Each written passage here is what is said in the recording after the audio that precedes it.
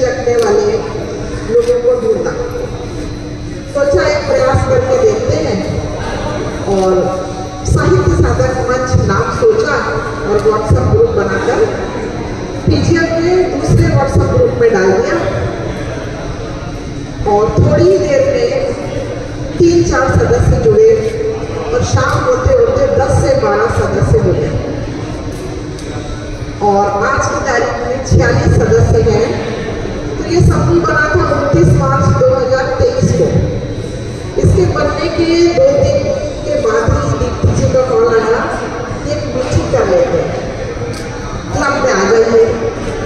तो क्लब में मीटिंग करी, सुधा जी, दीप्ति जी, मनोरमा जी और मैं, बाकी 4 लोग थे उस पहली मीटिंग में और यही हम बैठे थे और एक दूसरे से बिल्कुल अनजान।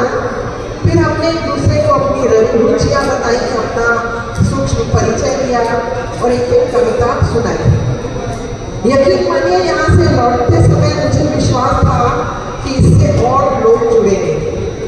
अगली मीटिंग में 11 से 12 लोग जुड़े और कुछ पुरुष भी जुड़े।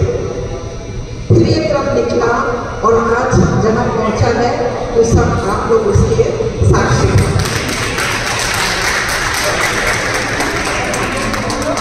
कविताएं आप लोगों ने सुनाई, अपने भाव रखे। अब मैं अपने कुछ विचार आप लोगों के सामने रखना चाहती हूँ। पहली बात ये मैं कहना चाहती हूँ, वो दूसरों का लिखा पढ़ के अपने आप को जो हम कंपेयर करते हैं कि उन्होंने बहुत अच्छा लिखा, हम अच्छा नहीं लिख रहे हैं, तो वो एक अलग बात है। प्रियंका जी के लिए बात बोली थी कि जब आप खुद अपना लिखा हुआ पढ़ें और आपको खुद ये लगे कि जो हमने पहला लिखा था वो बुरा लिखा था, अब हम अच्छा लिख रहे हैं, तो यकीन मानिए वो दिन असली दिन है जब आपको पता चलेगा कि आप लिखना सीख रहे हैं, कुछ आगे पहुँचे हैं। आप लोग जो यहाँ बैठे हैं उन्होंने कितनी बुरी से बुरी कविता लिखी होगी, मैंने उससे भी बुरी कविता लिखी है और मैंने 100 कविताएं लिखने के बाद जाना कि मैंने बुरी कविताएं लिखी है। तो आप भी जाने कि मैंने भी बुरा लिखा है, सब बुरा लिखते हैं, तो आप जिस दिन ये जानने लगेंगे कि आप बुरा लिख चुके हैं, आप इसे अपना पैमाना बना लीजिए और उस पर आगे बढ़िए। दूसरी बात मैं कहना चाहूँगी, लोग कहते हैं कि मेरे लिखने में सुधार करें, कुछ गलतियाँ बताएं, तो मुझे लगता है ये कुछ सिखाने का विषय नहीं है, ये तो अपने आप ही धीरे धीरे आ जाना चाहिए और आ ही जाता है। और मुझे लगता है यही सही है, आप अपना स्वयं लिखें, अपना पढ़ें और अपनी गलतियों को देखें और फिर आगे बढ़ें। अब एक बात कहूँगी कि गलती सीखने के 2-3 तरीके हैं या सीखने के 2-3 तरीके हैं। पहला तो ये कि आप दूसरों की उपलब्धि से सीखें, जो कि बहुत मुश्किल है। लोग दूसरों की उपलब्धि से सीखते नहीं, ईर्ष्या करते हैं। तो मैं आपसे ये कहूँगी, आप दूसरों की उपलब्धियों से ये सीखें कि जब ये लिख सकते हैं तो हम क्यों नहीं। सीखने का दूसरा तरीका है कि आप दूसरों की नाकामियों से सीखें। कुछ लोगों को भगवान ने हुनर दिया होता है जो हर चीज़ के अंदर तक जाकर उसकी तहकीकात करते हैं, हर चीज़ में सवाल उठाते हैं। तो जिन लोगों के पास ये हुनर है वो दूसरों की नाकामियों में घुस कर अंदर तक जाकर ये जाने कि ये नाकाम क्यों हुआ है, क्यों कहाँ हुआ है, फिर अपने को सुधारें। और तीसरा और अंतिम सुझाव है कि आप अपनी ही नाकामियों से सीखें कि आपको ये काम आपको स्वयं करना होगा। आप पहले अपनी मदद करें फिर दूसरों की करें, क्योंकि हवाई जहाज में भी कहते हैं कि ऑक्सीजन मास्क पहले स्वयं लगाएं फिर दूसरों को लगाएं। अब एक बात कहना चाहती हूँ कि कुछ लोगों में होता है कि हम बहुत जल्दी मशहूर हो जाएं, रातों रात मशहूर हो जाएं, जल्दी जल्दी लिख लें। तो इसके लिए मैं कहना चाहूँगी कम लिखें, स्तरीय लिखें, सतही लेखन से बचें।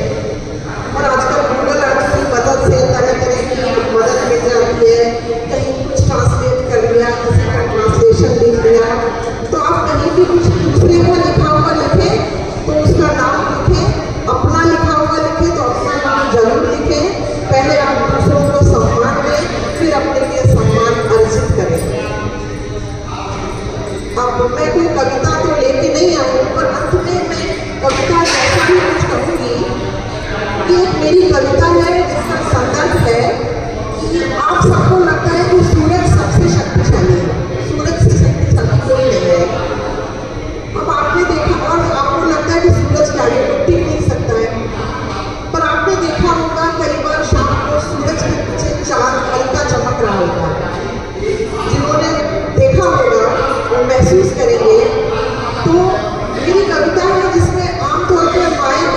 आशीष देती हैं कि तुम सूरज बनो, सूरज की तरह चमको, पूरी दुनिया को मुट्ठी में कर लो।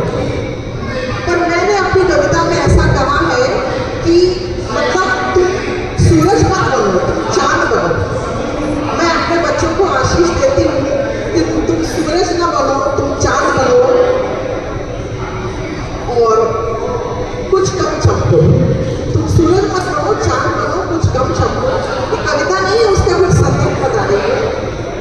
और सूरज से कुछ कदमों की दूरी पर हो, वास्तविकता में होते हुए भी अपनी उपस्थिति ना दर्ज करा पाने का दर्द समझो अमावस के चांद से। तुम सूरज मत बनो, चांद बनो, सूरज से कुछ कदमों की दूरी पर रहो और वास्तविकता में होते हुए भी अपनी उपस्थिति ना दर्ज करा पाने का दर्द समझो अमावस के चांद से। आसमान के छोटे सितारों